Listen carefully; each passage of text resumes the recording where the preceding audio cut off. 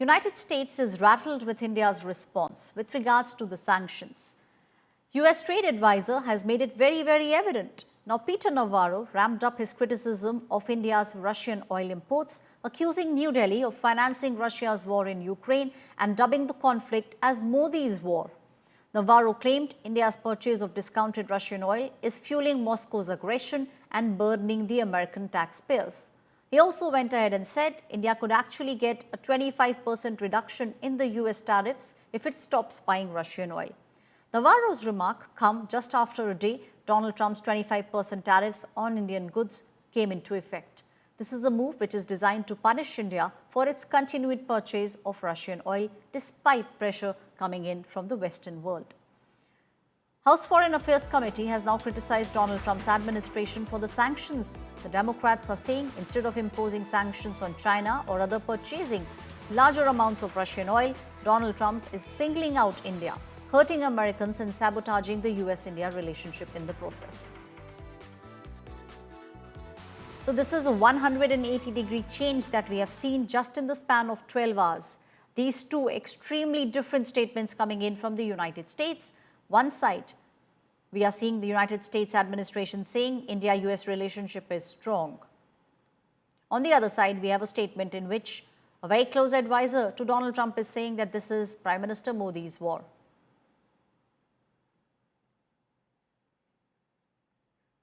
My colleague Rohit Sharma is now joining me from Washington, D.C. Rohit, US statement, because India is buying oil from Russia, that's funding the Russia-Ukraine war. A bizarre statement coming in. Well, it looks like something is not in sync. And I think, that's evident from, within 12 hours, we had one statement from Kevin Hassett saying, I think we'll get along and we'll get this done eventually, right? To Navarro in the evening saying, hey, stop buying Russian oil and we'll take off those 25% and we can still have the trade deal. But I think there are other things also, other factors also, the fact that there were frustration with the Indian side about not being able to complete a deal sooner, and that goes to spring and early summer. I think that's one. The other fact that it has been complicated by stuff that's gone on since May, and how the relationship has been handled by both sides, especially President Trump trying to stake claim for a ceasefire. The Pakistanis coming in, and those things have also played some role. I wouldn't say all of it. And the third and the most important one is the fact that President Trump believes, and his people, whoever is advising him, they actually believe that the best way to stop this war is to have countries not purchase oil from Russia. So I think that it's a very complex thing, and I think that's why we're getting these mixed signals. But there are people, who are trying to do their best to preserve the relationship and make sure that a trade deal could take place. And in fact, look, if President Trump succeeds in stopping this war and Russia and Ukraine could get a ceasefire done, those 25% tariffs would go away. So I think it's going to be a lot of wait and watch. But at the same time, and as we were reporting earlier, there are talks going on, and one is very hopeful that something can happen. Thank you, Rohit. That was my colleague Rohit joining us from Washington, D.C. Joining us on the story, Gaurav Sawant, my colleague. Gaurav, this is a bizarre statement. I don't have any other word. This is a statement from the United States, a top aide of the President, Donald Trump, saying that this is Prime Minister Narendra Modi's war. The Russia-Ukraine war is actually being bankrolled only because India is buying oil from Russia. You're absolutely right. These are pressure tactics from the United States of America and clearly unlikely to work. But if you look at what he's saying, none of this pressure appears to be working prima facie. One, he says India is repeatedly telling the United States of America, we are not the largest, imposers of tariff. We do not have the highest tariffs, which means America, the bogey that America is trying to spread, that India is the Maharaja of tariff. India is saying, no, that is not true. Point one. Point two, India is also saying its commercial interests and in India's interest, wherever we may want to buy oil from, there is no way that we will stop buying oil from Russia just because America doesn't want us to do. Point two, and what's equally important, China is the largest importer of Russian oil, and America is not imposing sanctions on China.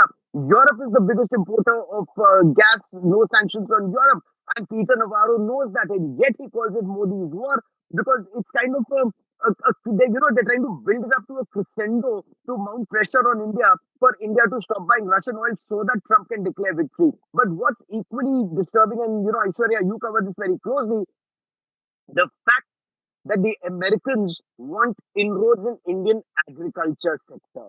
That's the pressure that India wants to withstand. There is no way. Prime Minister Narendra Modi has gone on record to say whatever is the pressure that's mounted on him, whatever is the cost that he may have to personally pay, he will not let the interests of Indian farmers, dairies, and fisheries to be impacted. And that's why there are several steps that are being taken.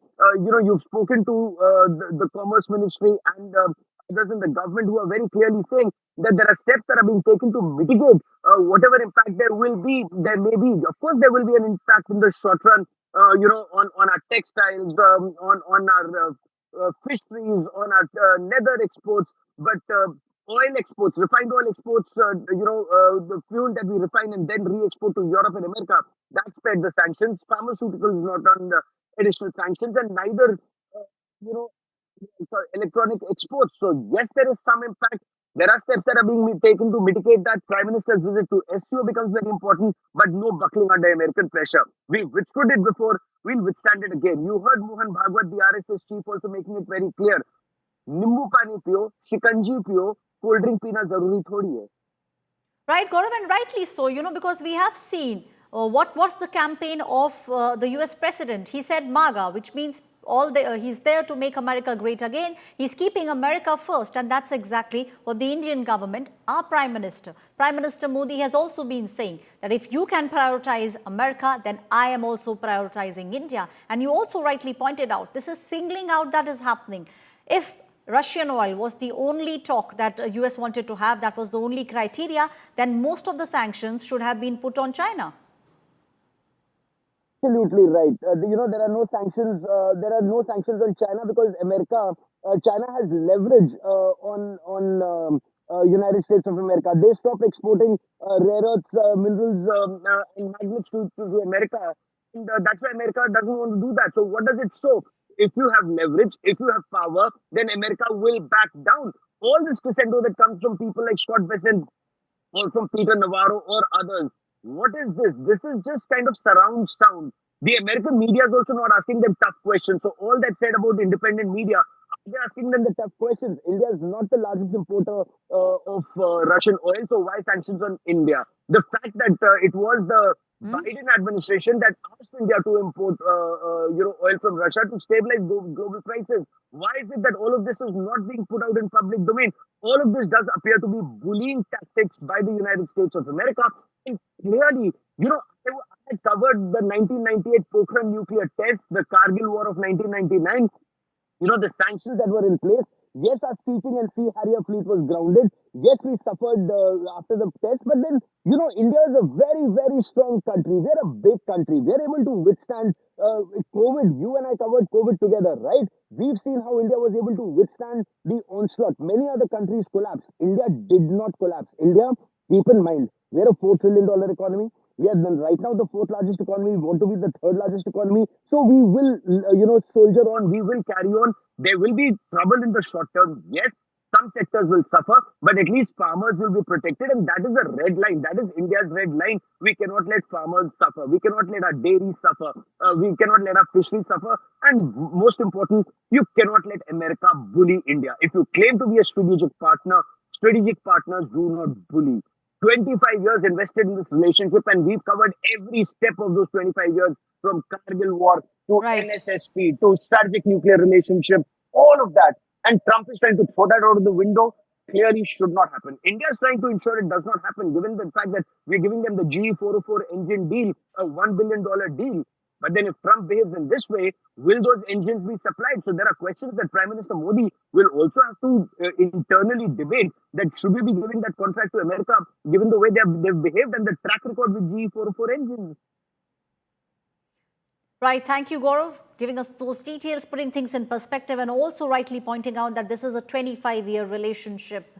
Diplomatic ties take time to build, and that's what we are seeing. The culmination of all that is happening now. These kind of bizarre statements coming in, a carrot and a stick approach being used by the United States. But with these statements, there is also the ripples that can be felt in the politics of United States of America.